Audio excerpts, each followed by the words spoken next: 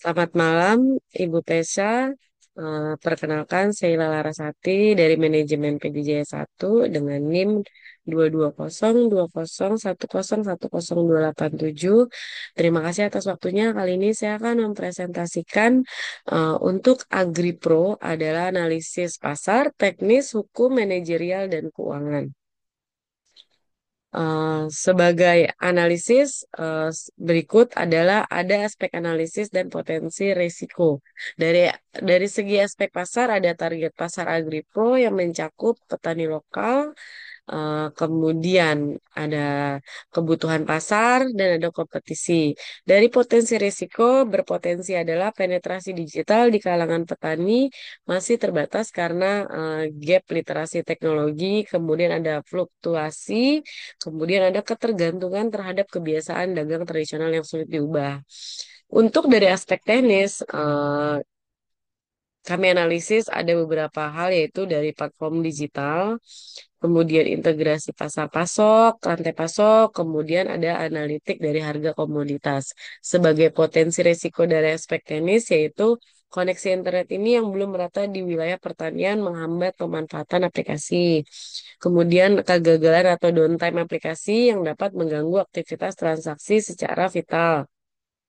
Kemudian ketersediaan dan akurasi data harga komoditas real time sulit dijamin jika sumber datanya tidak stabil.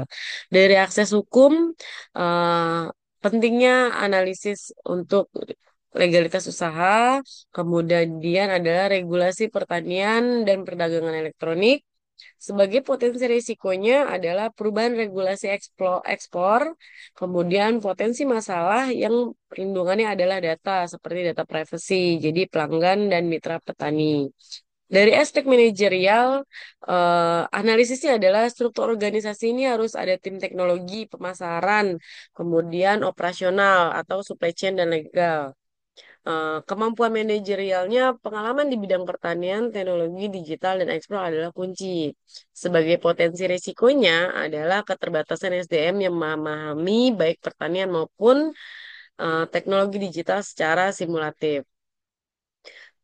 Kemudian tingkat turnover SDM yang tinggi di startup stabilitas tim dan eksekusi bisa terganggu. Kemudian ada konflik internal soal visi bisnis dan pelaksanaannya di lapangan seringkali ditemukan berbeda dari pandangan visi dan misi. Kemudian dari aspek keuangan, analisisnya adalah dari sumber dana, proyeksi pendapatan, dan biaya. Untuk potensi risikonya adalah cash flow yang negatif, margin tipis di sektor komoditas, kemudian resiko gagal bayar dari konsumen itu sendiri. Kemudian berikut saya jelaskan adalah arus kas selama 5 tahun.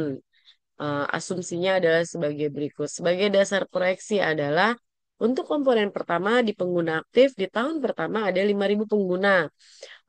Pertumbuhannya per tahun bertambah 50% per tahun. Kemudian untuk pendapatan pengguna per pengguna itu sebesar 200.000 per bulan, bertambah 10% per tahun. Untuk biaya pengembangan aplikasi sebesar 1 miliar eh, untuk maintain 10% pertumbuhannya selama per tahun. Untuk biaya akuisisi atau penggunaan CAC sebesar 300.000 per pengguna, turun 10% per tahun karena efisiensi.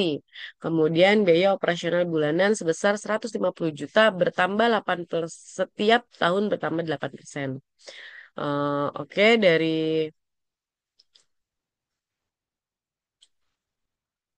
untuk penjelasannya asumsi adalah kami jelaskan untuk penggunanya adalah mulai dari 5.000 pengguna yang aktif pada tahun pertama dengan pertumbuhan 50% setiap tahun dikarenakan penetrasi pasar masih dalam tahap ekspansi atau agresif. Pendapatan pengguna adalah rata-rata pendapatan dari transaksi per pengguna dan atau langganan premium sebesar 200.000 per bulan, bertumbuh 10% karena peningkatan layanan dinilai karena transaksi. Kemudian adalah biaya pengembangan aplikasi. Investasi besar di tahun pertama sebesar 1 miliar. Lalu biaya maintenance 10% dari awal biaya per setiap tahunnya. Biaya akuisisi pengguna adalah sebesar 300.000 per pengguna di tahun pertama. Menurun 10% per tahun karena efisiensi pemasaran dan viralitas platform. Untuk biaya operasional meliputi gaji, infrastruktur, pemasaran, dan logistik mulai dari 150 juta per bulan, naik 80% per tahun sesuai dengan inflasi dan ekspansi. Kemudian berdasarkan subsidi proyeksi berikut adalah kas 5 tahun Agripro yang telah diberikan sebagai berikut.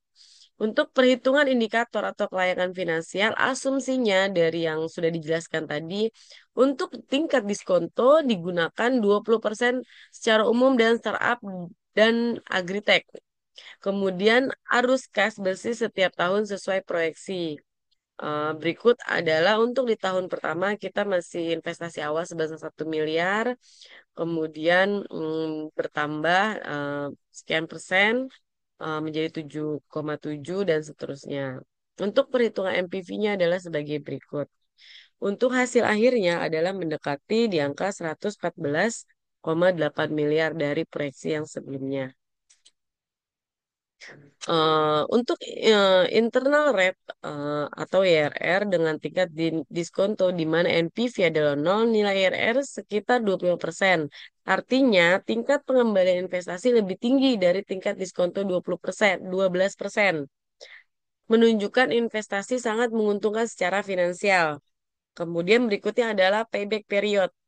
Payback period adalah waktu yang diperlukan agar akumulasi arus kas masuk menutupi investasi awal. Tahun pertama, kas bersih sebesar 7,7 miliar. Sudah balik modal sebesar 1 miliar dalam tahun pertama.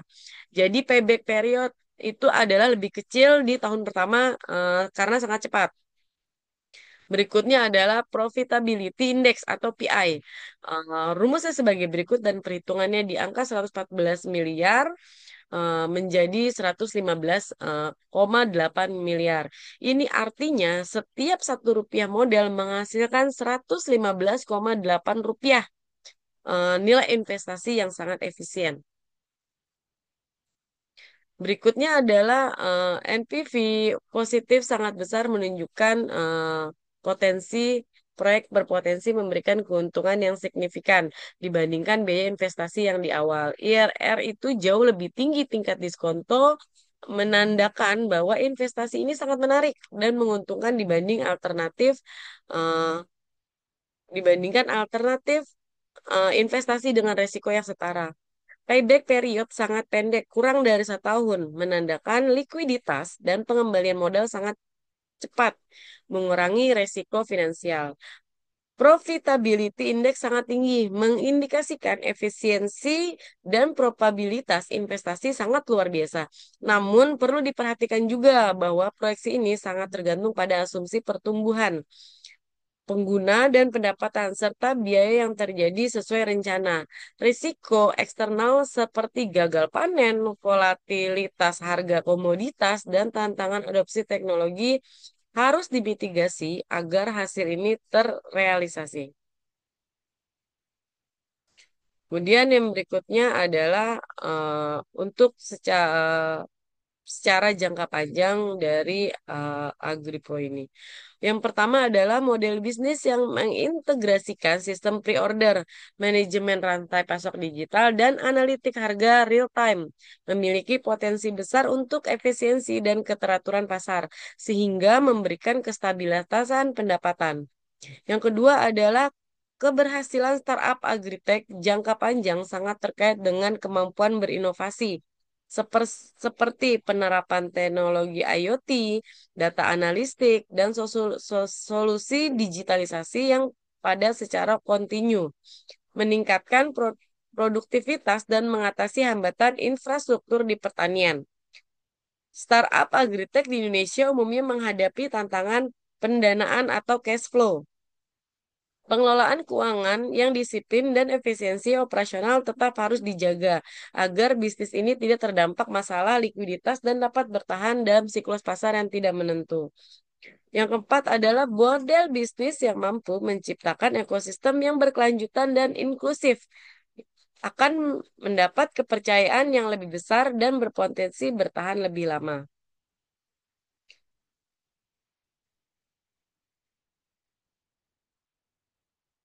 Berikutnya adalah untuk teknologinya sebagai berikut.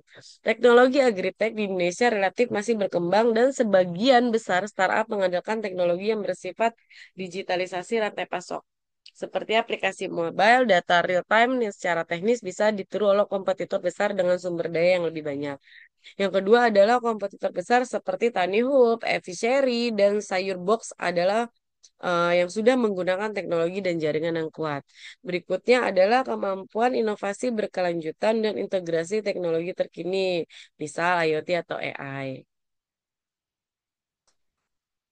Eh, Kemudian yang berikutnya adalah eh, untuk ketergantungan startup agritech seperti Agripro pada kerjasama dengan koperasi tani ada hal yang sangat penting dan strategis. Mengingat fungsi koperasi tani sebagai lembaga teknologi mengorganisasikan teleko untuk memperkuat posisi tawar mereka di pasar. Berikut adalah evaluasi implikasinya. Yang pertama adalah peran koperasi tani, yang berikutnya adalah manfaat kolaborasi untuk Agripro, kemudian resiko ketergantungan dan strategi mitigasi. Perubahannya adalah berikut beberapa penting perubahan terkait regulasi ekspor dari hasil pertanian. Yang pertama adalah Peraturan Menteri Perdagangan Nomor 16 Tahun 2025 mengatur kebijakan pengaturan impor barang pertanian dan peternakan. Yang kedua adalah Keputusan Menteri Perdagangan Nomor 122 Tahun 2025. Kemudian Peraturan Pemerintah Nomor 8 Tahun 2025. Kemudian ada pula pembatasan dan persyaratan baru mengenai ekspor komoditas tertentu.